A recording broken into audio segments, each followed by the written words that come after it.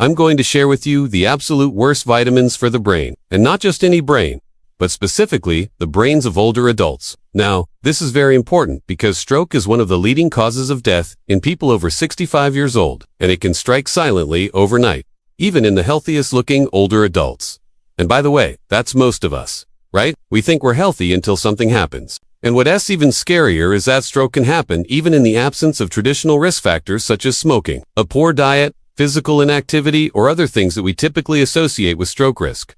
Why? Well, here's the deal. When you take a large dose of vitamin D at bedtime, it starts working immediately to raise blood calcium levels. These two forces combine, pushing your blood calcium levels higher than intended. Then you wake up, and the cycle starts all over again. Your body tries to eliminate the excess calcium through your kidneys. Now, unlike vitamin D, vitamin E is often promoted as a brain particularly for individuals with age-related cognitive decline or dementia. Among these, alpha-tocopherol is the most biologically active form.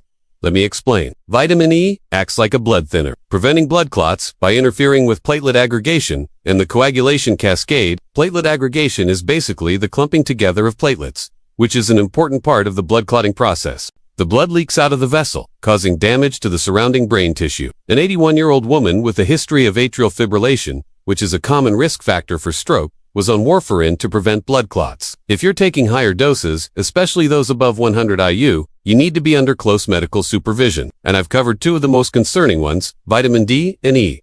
But I'm not done yet. ILL. Continue sharing the 3 additional vitamins that can harm the brain in older adults. In the next video, don't miss out. See you soon. Additionally, if you're on blood thinners like aspirin or you should avoid high-dose vitamin E supplementation altogether, since it can significantly increase the risk of bleeding in the brain. She decided to try natural remedies to improve her cognitive function and added 800 IU of natural vitamin E to her supplement regimen. However, within a few weeks, she experienced a spontaneous intracerebral hemorrhage, a type of stroke caused by a bleed in the brain. The doctors were shocked because she didn't have any risk factors for stroke, and the only new thing she'd added was high-dose vitamin E.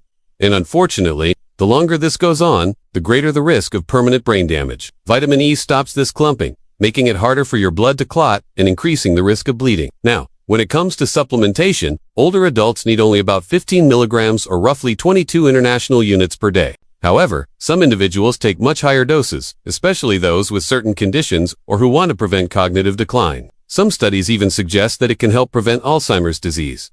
But here's the catch. These studies typically use much lower doses than what's typically recommended for general supplementation. But in other situations, like in older adults with fragile blood vessels, this can pose a serious risk. Imagine this. You have an older adult with some pre-existing vascular damage, perhaps due to diabetes or high blood pressure. They start taking high doses of vitamin E, which thins their blood. Over time, this can cause small blood vessels in the brain to rupture, leading to a type of stroke known as a hemorrhagic stroke. But if it's overwhelmed, it starts to deposit the extra calcium in places where it doesn't belong, like your arteries. So taking vitamin D late in the day can potentially accelerate vascular calcification and increase your risk of stroke. But there's a twist. At night, your body also naturally releases a hormone called parathyroid hormone, or PTH, which also raises calcium levels. Several years ago, I saw a patient in his mid who was taking a whopping 10,000 IU of vitamin D every night. Over time, he developed symptoms of hypercalcemia, including confusion, lethargy, and kidney stones. He also had a history of high blood pressure and diabetes. One day, while sleeping,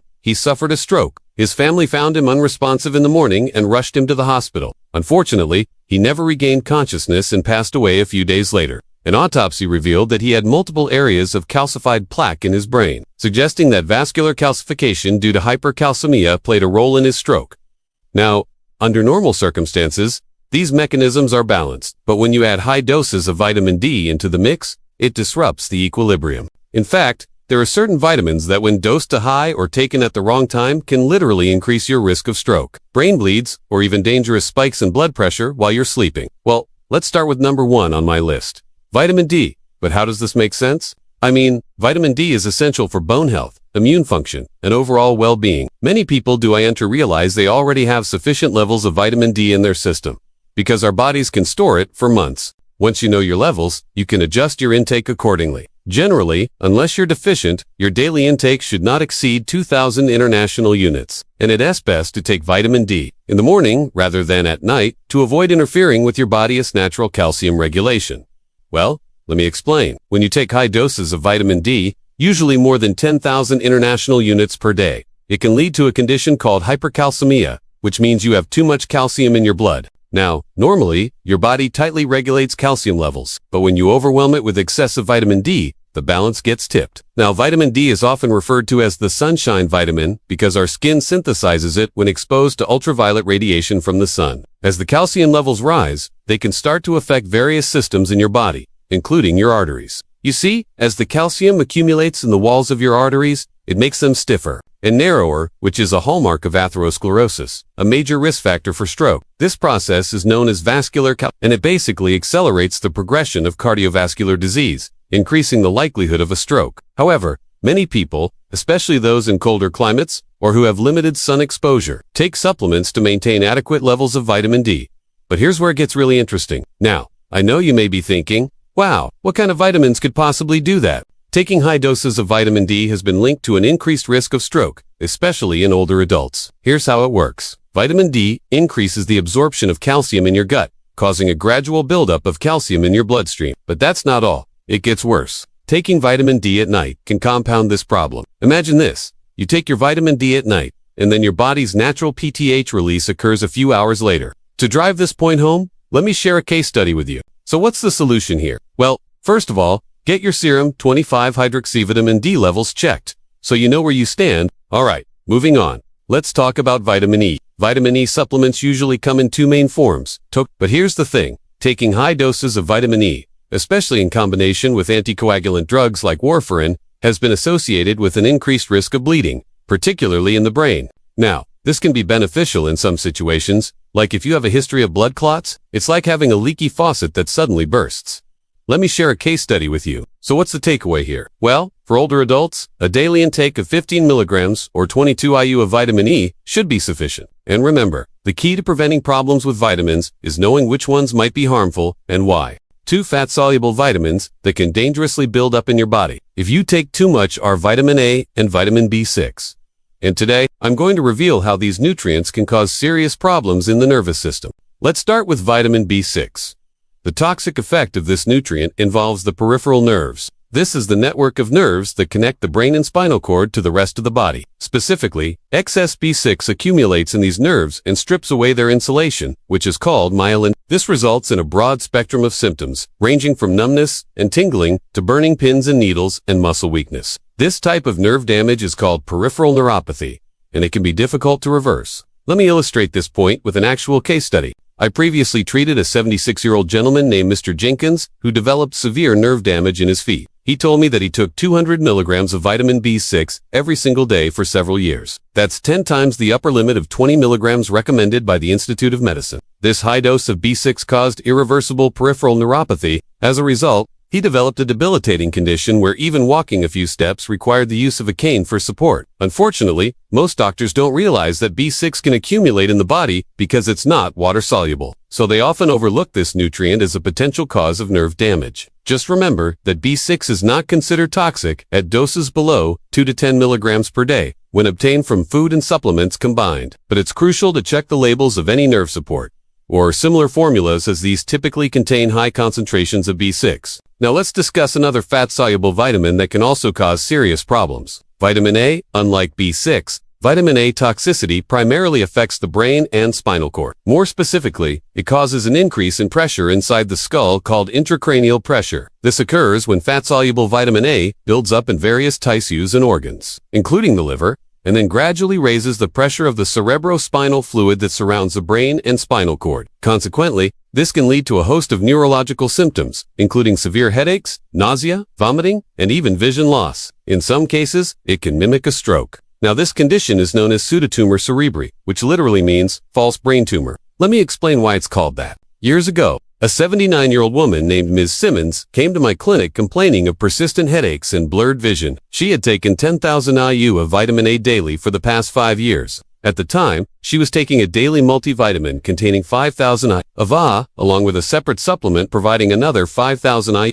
While both vitamin A and B6 are essential for various bodily functions, it's crucial to maintain a well-balanced diet and adhere to recommended intake levels to prevent potential harm. If you're currently taking high doses of these vitamins or suspect that you might be exceeding the recommended amounts, it's advisable to consult with a healthcare professional to assess your intake and explore alternative options. By working together, you and your healthcare provider can make informed decisions about your supplement regimen, ensuring that you receive the benefits of these vitamins without compromising your nervous system health. Without realizing it, she had essentially doubled up on vitamin A. As a result, she developed. Fortunately, her condition was diagnosed early, and treatment consisted of removing the excess A from her regimen and closely monitoring her symptoms. Within a few months, her vision improved and the headaches subsided. However, it's important to note that not all cases of pseudotumor cerebri are so easily reversed. Just like vitamin B6, vitamin A is considered safe at recommended intake. For adults, the tolerable upper intake level 4A is 3000 IU. It's crucial to keep your total daily intake of vitamin A at or below this amount. This includes all sources such as fortified foods, multivitamins, and any specialized A formulations. It's also wise to avoid doubling up on vitamin A without the supervision of a healthcare provider.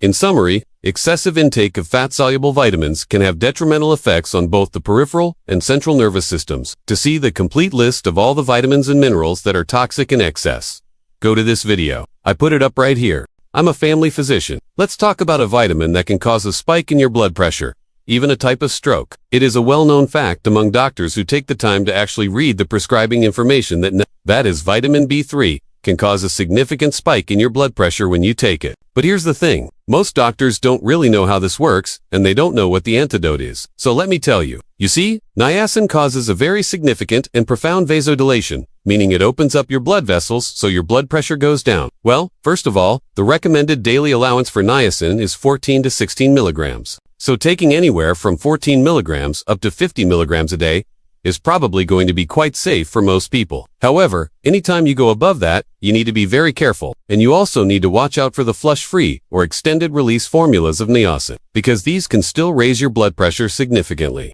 And so if you're on blood pressure medication, you may need to have that medication adjusted by your doctor if you start taking any type of niacin above 50 milligrams a day.